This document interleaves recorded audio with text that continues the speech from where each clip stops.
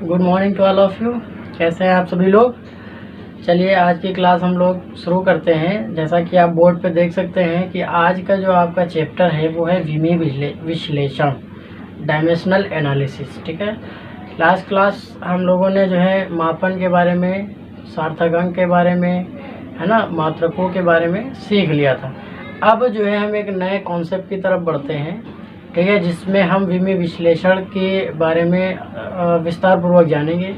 ठीक है, इसको मात्रकों के साथ ऐड किया गया, भौतिक राशि के साथ इसको क्यों जोड़ा गया, इस पे हम लोग डिटेल्ड स्टडी करने जा रहे हैं। ठीक है, अब हम आपको बताना चाहते हैं, जैसे किसी भी भौतिक राशि को विभिन्न पद्धतियों के मात्रक में आप व्यक्त कर सकते हैं। ठीक है, जैसे दूरी के लिए अगर देखा जाए तो आप, या चाल के लिए जैसे हम एग्जांपल लेते हैं, जैसे चाल है तो आप चाल को मीटर पर सेकंड में बता सकते हैं, किलोमीटर प्रति घंटा में बता सकते हैं, किलोमीटर प्रति मिनट में भी बता सकते हैं। तो यहाँ क्या चीज़ कॉमन आपको नज़र आ रही है, हम ये देख रहे हैं कि जो भी आप चाल के मात्रक का इस्तेमाल कर रहे हैं वहाँ पे दूरी को हमेशा समय से भाग दिया जा रहा है ना। मीटर पर सेकेंड, मीटर को सेकेंड से भाग दिया, किलोमीटर प्रति घंटा, किलोमीटर को फिर घंटे से भाग दिया, तो ये सब समय के ही मात्रक हैं, है ना। किलोमीटर प्रति मिनट, तो भाग दिया जा रहा है दूरी को, किससे, टाइम से।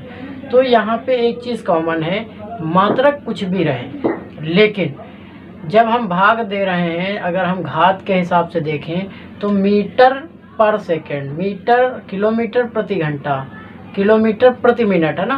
तो जो डिस्टेंस है, जो दूरी है, उसकी घात 1 है, और जो समय है उसकी घात क्या आ रही है, -1 आ रही है।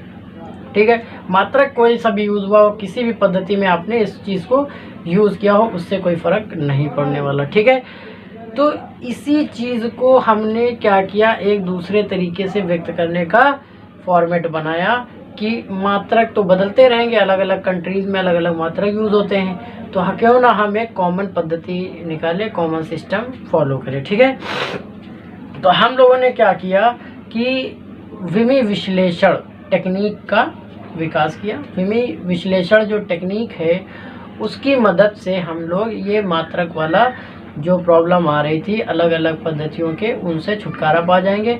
हम क्या करेंगे, इसमें किसी भी भौतिक राशि को व्यक्त करते वक्त हम उनकी जो घातें हैं, ठीक है, वो मूल राशियों पे जो लगा रहे हैं, चढ़ाएंगे। ठीक है, उस आधार पे जिस सूत्र का निर्माण करेंगे उसी का नाम होगा विमी सूत्र, और इसी चीज़ को हम जब स्टडी करते हैं तो विमी विश्लेषण कहलाता है। ठीक है, तो आप देख सकते हैं बोर्ड पे, जैसा कि हमने लिख रखा है, विमी विश्लेषण एनालिसिस के अंतर्गत जो पहली हेडिंग है, भौतिक राशियों की विमाएँ, है ना। भौतिक राशियों की विमाएँ क्या होती हैं, किसी भी भौतिक राशि की विमाएँ वे घातें होती हैं जिन्हें उस राशि के मात्रक को व्यक्त करने के लिए, उस राशि के मात्रक को व्यक्त करने के लिए मूल मात्रकों पर चढ़ाते हैं, घात मूल मात्रकों पर चढ़ाते हैं। चलिए इस बात को हम एक एग्जांपल से समझते हैं। ठीक है, कि विमी विश्लेषण का ऑब्जर्वेशन कैसे करते हैं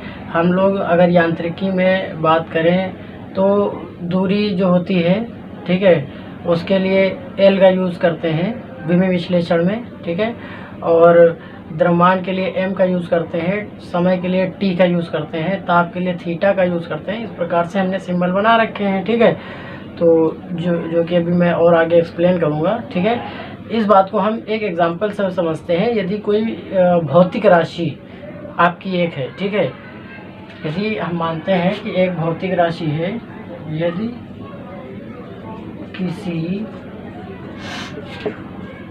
भौतिक राशि में, ठीक है, लंबाई की विमा की घात वो a है, ठीक है, द्रव्यमान की विमा की घात b है, समय की विमा की घात C तथा ताप के लिए जो थीटा यूज करते हैं, थीटा की घात D है। तो विमी सूत्र,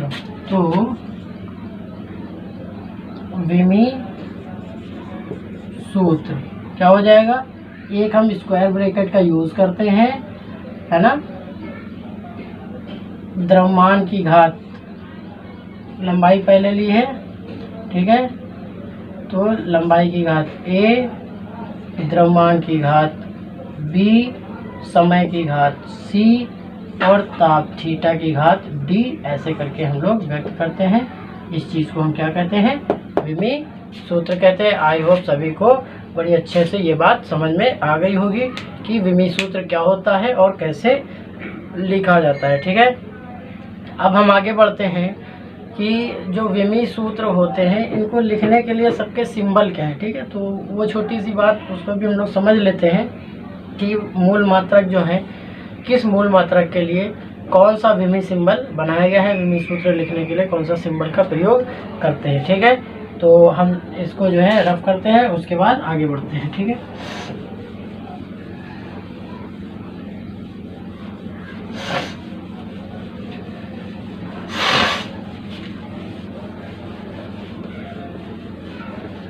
अब देखिए, जो हमारी 7 मूल राशियां हैं, ठीक है, उन 7 मूल राशियों का हम एक चार्ट बनाते हैं, ठीक है। सबसे पहले जैसे हमारी मूल राशि है द्रव्यमान, ठीक है। सबसे पहली हमारी है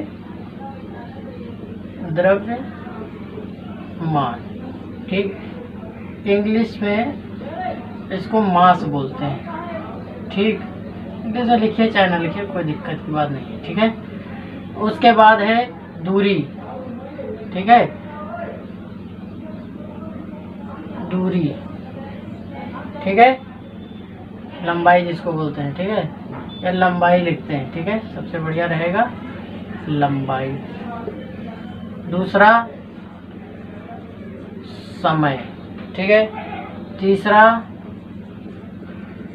विद्युत धारा, ठीक है।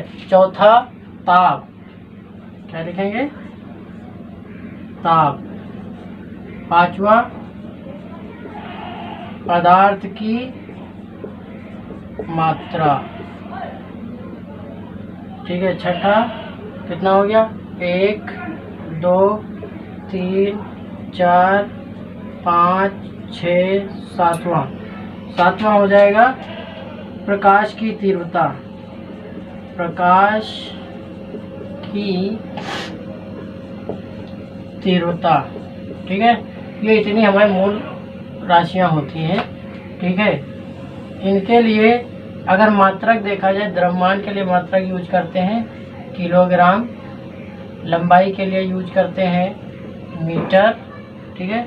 समय के लिए यूज करते हैं सेकेंड, विद्युत धारा के लिए यूज करते हैं AMP, एम्पियर, ताप के लिए यूज करते हैं केल्विन, ठीक है। और पदार्थ की मात्रा के लिए यूज करते हैं मोल, ठीक है। और प्रकाश की तीव्रता के लिए कैंडेला यूज करते हैं, ठीक। ये इनके मूल मात्रक हो गए। अगर हम इन्हीं को विमी विश्लेषण के पदों में लिखना चाहते हैं तो द्रव्यमान के लिए जो विमी सूत्र रहता है वो M रिप्रेजेंट करते हैं, कैपिटल लेटर बनाते हैं M, ठीक है, सारे कैपिटल लेटर में। लंबाई के लिए L का यूज करते हैं, ठीक है। समय के लिए T का यूज करते हैं, ठीक है। विद्युत धारा के लिए कभी कभी I और ज़्यादातर A का यूज करते हैं, एम्पियर से रिलेटेड। ताप के लिए थीटा का यूज करते हैं। मोल के लिए हम MOL लिखते हैं और कैंडेला के लिए CD का यूज करते हैं। ये हमारे जो है विमी विश्लेषण सूत्र हो गए मूल राशियों के, और ये हो गई टेबल, ठीक है। तो जो भी मूल राशियां हैं ठीक है। मूल राशियों के मात्रक भी हमने सामने लिख दिए, उनसे रिलेटेड जो उनके विमीय सूत्र हैं वो भी हमने मेंशन कर रखे हैं, ठीक है। अब अगर हम किसी, ये तो मूल मात्रक थे, मूल राशियाँ थी, उनके मात्रक थे, उनके विमीय सूत्र थे। अगर हम आपसे व्युत्पन्न राशियों की बात करें, उनके मात्रकों की बात करें और उनके विमीय सूत्र की बात करें, तो वो भी हम लोग कुछ भौतिक राशियों के बारे में जान लेते हैं। चलिए देखते हैं कि वो कैसे लिखे जाते हैं, ठीक है। तो अब हम लोग इस काम की तरफ बढ़ते हैं आगे, ठीक है।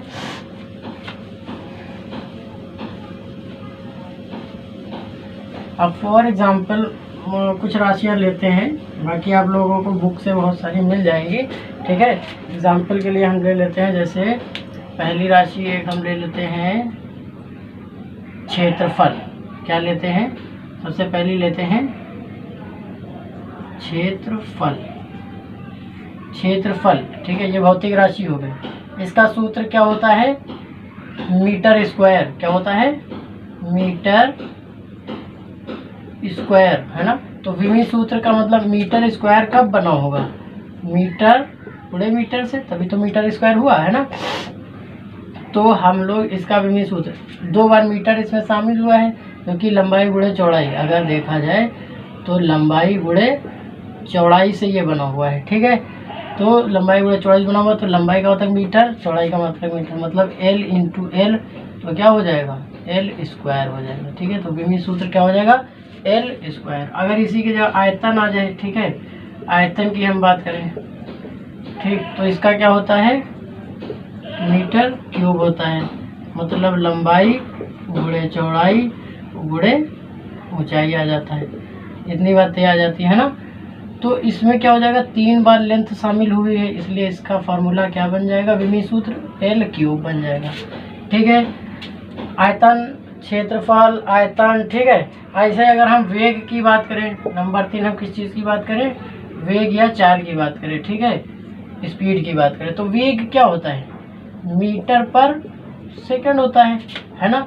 तो मीटर पर सेकंड का मतलब ये हुआ कि मीटर दूरी का मात्रक है, L होगा। पर सेकंड, भाई सेकंड को हम इस मात्रक को ऐसे भी लिख सकते हैं, m की पावर 1 और सेकंड की पावर -1। इस चीज़ को हम ऐसे भी लिख सकते हैं, मीटर पर को लिखते हैं माइनस के साथ, ठीक है। जो चीज़ बट्टे में आए उसको क्या लगाए? माइनस, अब जितनी पावर में आया हो, ठीक है। तो L और सेकंड की किससे रिप्रेजेंट करते हैं? टाइम को, T से। तो L की पावर 1, T की पावर -1, तो ये क्या बन गया इसका फॉर्मूला। इसी टाइप से अगर हम दूसरा एक ले लेते हैं, वेग के बाद हम त्वरण की यदि बात कर लेते हैं, ठीक है, त्वरण, तो ये क्या होता है? मीटर पर सेकेंड स्क्वायर, मतलब इसको आप लिख सकते हैं मीटर की पावर 1 और सेकेंड की पावर -2, क्योंकि पावर 2 है लेकिन पर लगा है इसलिए माइनस में आ जाएगा, ठीक है। तो इसका भी मिश्रित क्या हो जाएगा? मीटर के लिए L यूज होगा और सेकेंड के लिए T और माइनस की पावर 2। पावर देखिए नहीं बदलेंगी और कुछ भी बदले, है ना। अगर हम बात करें बल की, ठीक है, बल, फोर्स की बात करें, ठीक है, तो बल क्या होता है? दूरी गुणे विस्थापन। ये बल जो है हमारा M इंटू G होता है ना। M इंटू त्वरण MA होता है, तो M का मालूम ही है क्या होता है ना, MA से निकला है ये बल, जिसको हम द्रव्यमान गुणे त्वरण कहते हैं, M इंटू A से, है ना। त्वरण का ये हमने लिखा मीटर पर सेकेंड, है ना। द्रव्यमान के लिए क्या होता है? K होता है ना, kg, है ना, मीटर पर सेकेंड स्क्वायर होता है। इसका ये मात्रक होता है बल का, जिसको हम शॉर्ट फॉर्म में न्यूटन बोलते हैं। तो अगर इसका विमीय सूत्र लिखें, ये शॉर्ट फॉर्म में क्या है? न्यूटन। बल का मात्रक क्या होता है? न्यूटन, है ना।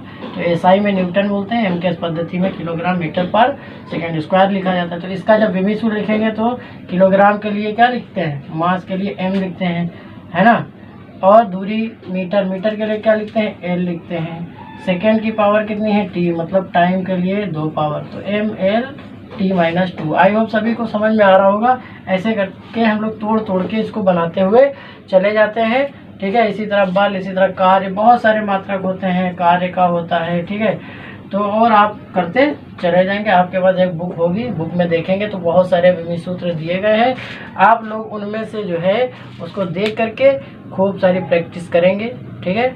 जब आप प्रैक्टिस करेंगे तो भी आपको समझ में आ पाएंगे। ऐसे ये बहुत टफ लगते हैं, लेकिन जब आप बार बार प्रैक्टिस 2 से 3 बार करेंगे तो आपको बिल्कुल ईजी लगना स्टार्ट हो जाएगा। ठीक है, अब थोड़ा सा हम और आगे बढ़ते हैं। ये आपको कॉपी में नोट करना है। एक टेबल होती है, उस टेबल को भी आपको बनाना पड़ेगा। ठीक है, टेबल को बना लेंगे तो बहुत अच्छा रहेगा, आपकी प्रैक्टिस भी हो जाएगी, एक बार दिमाग में रन भी कर जाएंगे कि क्या क्या फार्मूले होते हैं, किस प्रकार लिखे जाते हैं। जो भी डाउट होंगे वो आपके क्लियर हो जाएंगे। ठीक है, अब यदि हम बात करें कि विमी विश्लेषण से हमें बेनिफिट क्या है ना, विमी विश्लेषण का उपयोग कहाँ पे है, विमाओं का क्या उपयोग है। ठीक है, तो हम आपको बता देना चाहेंगे कि इसके जो मूल रूप से 3 बहुत बड़े उपयोग हैं वो ये हैं कि हम इसकी मदद से, विमी विश्लेषण की मदद से एक पद्धति के मात्रक को दूसरी पद्धति के मात्रक में बहुत ही आसानी से कन्वर्ट कर सकते हैं। एक एप्लीकेशन ये हो गया।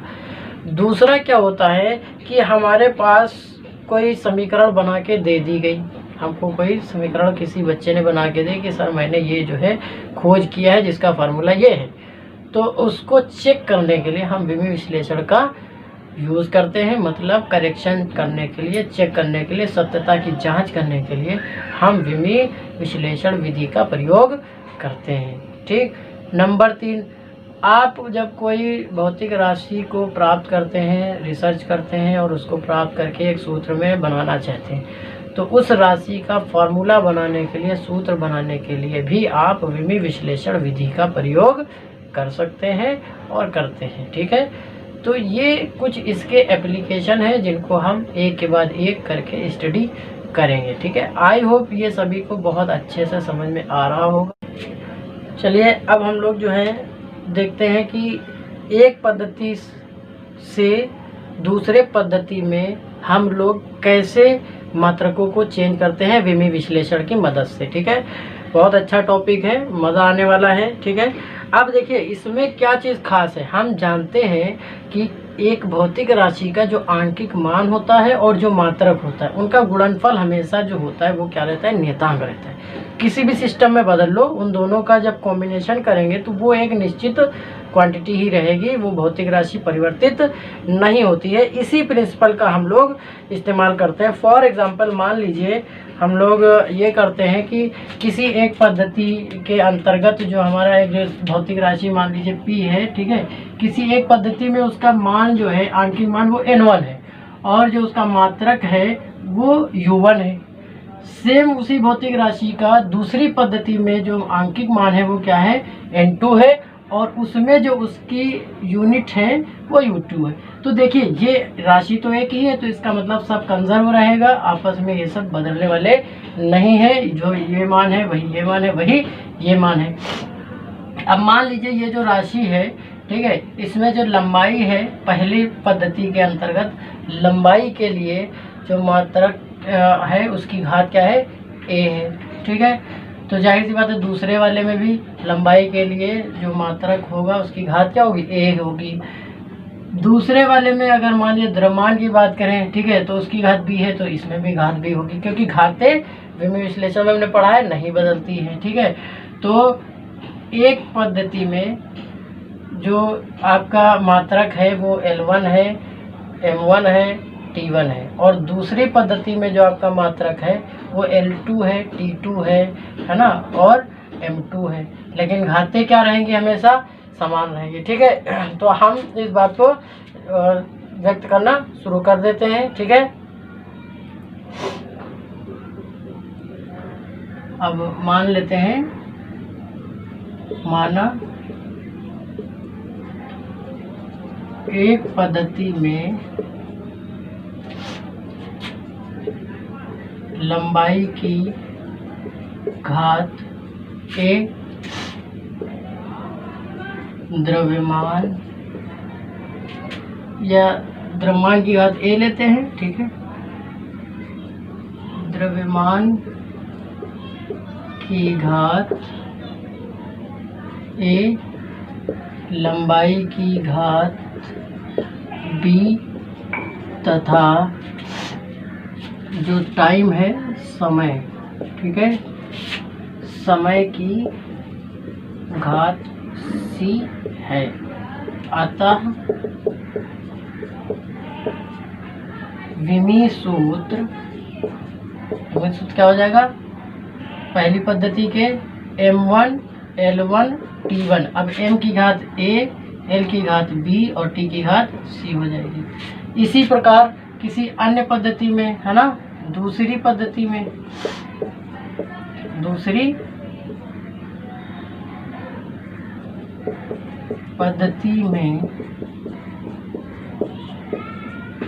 विमी सूत्र यदि हम लिखें इसी राशि का तो क्या हो जाएगा, m2 L2 T2 और सबकी घातें a b c, क्योंकि घातें हमेशा क्या रहती है, सेम रहती हैं। ठीक है, तो अब हम ये वाला प्रिंसिपल लगा सकते हैं, है ना, जो ये समीकरण नंबर आपने 1 बनाई है ना, कहाँ से, समीकरण 1 से, है ना। हम कह सकते हैं कि जो हमारा n2 और u की वैल्यू यूनिट्स ये हो गई, है ना, m2 L2, है ना, और T2 a b c, ये क्या हो जाएंगे, बराबर हो जाएंगे n1।